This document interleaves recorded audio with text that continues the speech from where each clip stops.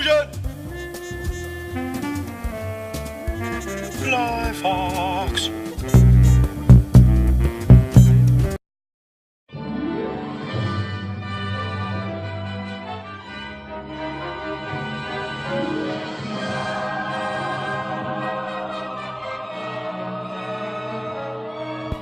Snow White is a classic, a milestone in animation, and it is also really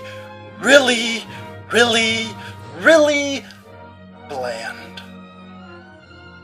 For being the first feature-length animated film in America, it's fantastic. But the story is weak. Yeah, I know it sounds ridiculous to complain about story in Disney's first movie, but it really kind of bothers me. It starts out with the Disney staple, the storybook opening. Fantastic! I'm ready to see the story unfold. And then, 5 minutes into the movie, with approximately 2 minutes of screen time, Snow White and the Prince are in love. Talk about a whirlwind romance. Newsflash, Disney, that isn't the way relationships work. You can't just sing a song together and expect to live happily ever after. Or can you? The first time ever I saw your face. Shut up! Snow White set the standard for how a Disney princess should act. Meet a rich guy, bag that sucker. Who cares about compatibility or personality? So after Snow White falls madly in love with a man she knows nothing about, the evil queen sends her into the woods to be killed. She escapes and stumbles upon the home of the Seven Dwarves. Past bedtime. I just realized I'm summarizing the plot of this movie. Why am I doing that? If you've seen it, you know what happens. And if you haven't, go watch it yourself and find out. We'll sleep in our beds upstairs. The blandness of the story is overshadowed somewhat by the masterful animation that Disney and the animators used in this first feature film. What's the matter? Where's your mom and papa? A lot of the time, the praise for Snow White's animation is on that of the dwarves, and the way that the animators were able to give them distinct personalities through their motion and mannerisms. I think, however, that the movie's direction, and the way that throughout the film we can see the traditional use of editing and visuals to tell the story, is what's great about this movie. The cartoon medium, up to the point where Disney and other animators like the Fleischer brothers had brought it, had reached an apex. The traditional cartoon had played out on a two-dimensional plane, with very little dramatic shift of the camera.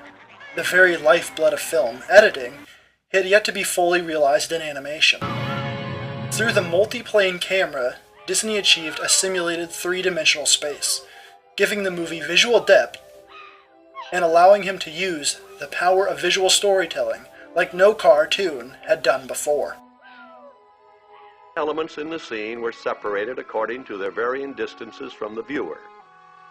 This put the moon on a plane farthest away from the camera. With our original picture broken down in this manner, it is possible to control the relative speed with which each individual part of it moves to or away from the camera. But the moon remains absolutely still, and so it will always remain the same, neither growing nor shrinking in size. Of course, our cartoon camera does not shoot sideways, but is placed above and shoots downward toward the drawing. Since this new camera used many planes, we called it the multiplane camera. Take, for example, the scene of Snow White and the Huntsman. Here we see Snow White, vulnerable, kneeling, a bird in her hands, and her back turned to the huntsman. This view of Snow White suggests her innocence and vulnerability, but also foreshadows her trusting nature that will be both her undoing and salvation. Next we see the huntsman standing behind her, the weight of his conscience clearly on his mind. He looks around to verify that he is alone, further emphasizing the sinister nature of his coming actions. He then grabs his knife and starts towards Snow White. Snow White, oblivious to the danger, talks to the bird, while her shadow is projected on the stone in front of her. The huntsman advances, his face engulfs the camera, and then his shadows begin to envelop Snow White. just as his shadow is about to engulf her. She sees the danger and turns to him. She screams. Now facing his victim, the huntsman raises his knife, and his shadow engulfs her. The knife wavers in his hands, and he drops it. Now the two characters share the same frame. The distinction between attacker and victim is gone. The huntsman puts his face in his hands and lowers his shoulders, suggesting remorse. He then kneels and becomes lower visually to Snow White, showing how he succumbed to his conscience and her innocence. This whole sequence could be played without sound, and the meaning and danger would still be present. It shows the ability of the Disney animators to achieve what all films should strive to achieve: believable characters, situations, and emotions. Snow White is permeated with visual symbolism and cinematic techniques that showcase the talent that was behind the camera. The animators and directors and Disney himself had such a keen knowledge of the language of cinema that they translated it seamlessly into animation. That's not to say that similar things hadn't been done in animation before. In fact, just the opposite is true. Imaginative and wonderful things have been done throughout animation's history, because innovation and creativity drives animation forward. Animators are artists first, and artists understand the power of the image. Animators have used this knowledge throughout the history of animation. But Snow White, through its use of these techniques, pioneered by Disney and his peers, defined the language of not only all feature-length animation, but also live-action cinema. The medium of the cartoon is the driving force of children's programming, and therefore it is the most impressing genre on young minds. Through Snow White and the films it inspired, children learn the language of cinema. They see classical editing, they see montage, they see surrealism and expressionism, and they learn about the visual structure of films. Earlier I complained about the plot of Snow White, and I stand by my complaints. Just because this was the first feature-length animated film doesn't give it license to underperform in the story department. I think that Disney feared public reaction to a story-driven cartoon. Although he believed in his project and the medium of animation, he strove to trim his story to its barest bones, so that it flowed speedily and smoothly between scenes. The whole of the story transpires in the course of a couple of days, giving little room for the characters to evolve.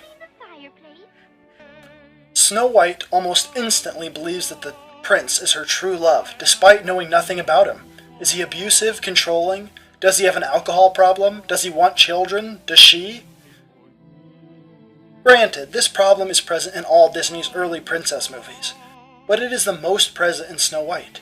Because of the hurried introduction to the character of Snow White, we see little of her life. We know nothing about her.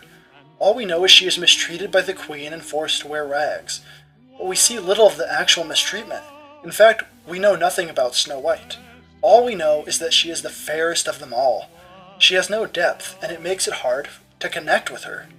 The only human character with a definable character arc in the whole movie is the huntsman, who must defy the Queen's order to kill Snow White. The lack of depth and dimension in the characters is ironic because of the film's visual depth. Now that I have said all these negative things, let me give my overall impression of the film. Snow White is one of the most important and influential films ever made. The animation is groundbreaking, and Disney set a commercial precedent that they and everyone in the world struggled to surpass for years.